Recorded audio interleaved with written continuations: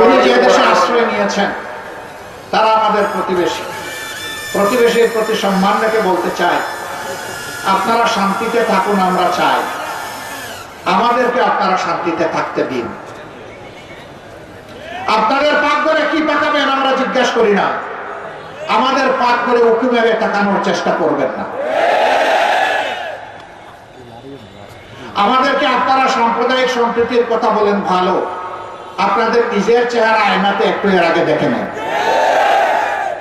আপনারা সেখানে যাদেরকে মাইনরিটি বলেন তাদের সাথে আপনারা কি আচরণ করেন। আমাদেরকে সাম্প্রদায়িক সম্প্রীতির সবক দিতে হবে না। যুগ যুগ ধরে এই দেশ সাম্প্রদায়িক সম্প্রীতির দেশ। এই দেশের মানুষ প্রমাণ দিয়েছে, সমস্ত রাজনৈতিক ধর্মীয় সংগঠন প্রমাণ দিয়েছে, আলিম উলামা প্রমাণ দিয়েছেন। এই দেশে নারী পুরুষ নির্বিশেষে যার যার যোগ্যতা অনুযায়ী তার তার কর্মক্ষেত্রে সে কাজ করবে। এখানে ধর্ম বিবেচনায় নেওয়া হবে না, এখানে লিঙ্গ বিবেচনায় নেওয়া হবে না।